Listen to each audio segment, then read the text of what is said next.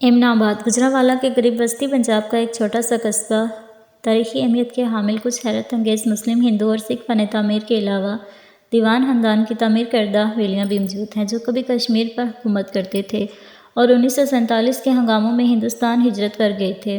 پنجاب کے اس حصے کے قدیم ترین قصبوں میں سے ایک ایمنا آباد تاریخ میں اپنے حصے کے اتار چڑھاؤ سے گزرا ہے اور ان اتار چڑھاؤ کے دوران اس نے کئی بار اپنا نام بدلتے دیکھا ہے۔ کہا جاتا ہے کہ اس قصبے کی بنیاد پہلی صدی قبل مسیح میں سیالکوٹ کے راجپوت حکمران راجہ سلواہن نے رکھی تھی۔ اس قصبے کا اصل نام معلوم نہیں ہے، لیکن اس کا سب سے پرانا نام 16ویں صدی میں سید پور تھا، جب بابر نے پنجاب کے اس حصے پر حملہ کیا اور 1521 میں اس قصبے کو توڑ دیا تھا۔ یہ وہ وقت تھا جب گرو نانک بھی سید پور میں موجود تھے۔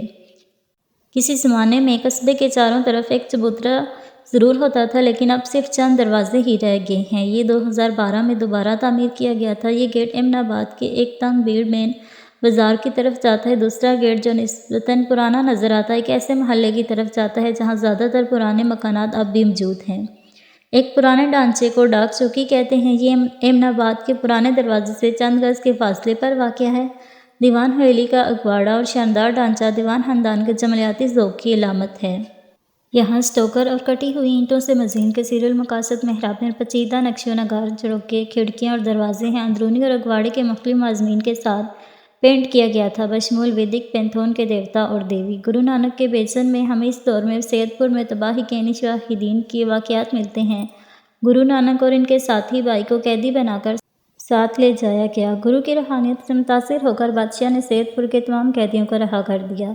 اب اس واقعے کے بعد سکھ لیجنڈ کے مطابق گرو اور ان کے عقیدت مند بھائی لالو بکھرے ہوئے کنکروں کے ڈھیر پر ٹھہرے۔ روڑی صاحب کے نام سے مشہور یہ مقام موجودہ ایمنا آباد کے مضافات میں واقع ہے۔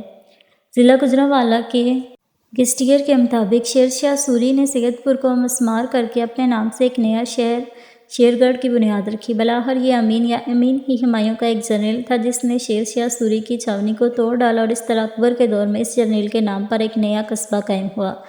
اینگلو سنسکرت ہائی اسکول ایمنا آباد کشمیر کے وزیر خارجہ دیوان امر ناتھ نے تعمیر کروایا تھا۔ ایمنا آباد کے جنوب میں ایک دیوار والے باغ کے کھنڈرات، شیو مندر، ایسے کم از کم 3 اہم مندر ہیں۔ حالانکہ ہم ان مندروں کی مکمل تاریخ کا سراغ نہیں لگا سکتے، ساخت بہت پرانی نہیں لگتی ہے۔ شیو مندر اپنی تمام طرز وال پذیر شان میں کئی دہائیوں کی غفلت نے شاندار ہندو فن تعمیر کی شان کو ختم کر دیا ہے۔ سفر نامے کے مصنف سلمان رشید نے اپنی کتاب گوجرانوالہ دی گلوری دیٹ واز میں یہ حوالہ دیا ہے کہ 1610 میں ایک انگریز تاجر ولیم نے ایمنا آباد کا ذکر ایک مصنفانہ شہر کے طور پر کیا۔ اس کے بعد 100 سال کے دوران ایمنا آباد میں اپنے محل وقوع، زرخیز زمین اور مغلیہ سلطنت کی وجہ سے خوشحال رہا، جس نے پنجاب کے اس علاقے کو حملہ آوروں سے محفوظ رکھا۔ مغل دور میں ایمنا آباد لاہور گورنریٹ میں ایک پرگنہ کا صدر مقام بن گیا۔ تاہم مغلیہ سلطنت کی انتظامی کمزوری کا فائدہ اٹھاتے ہوئے ریاست مختلف عناصر پنجاب سمیت ملک کے مختلف حصوں میں سر اٹھانے لگے۔ یہاں سکھ گروہوں نے افراتفری پھیلا دی۔ 1738 میں ایمنا آباد کا دیوان چیست رائے ایسے ہی سکھ ڈاکوؤں کے ساتھ لڑائی میں مارا گیا۔ بعد میں مقتول دیوان کے بھائی لکھپت رائے نے سکھ ڈاکوؤں کو عبرتناک شکست دی۔ ایمنا آباد تاریخی اہمیت کا حامل شہر ہے۔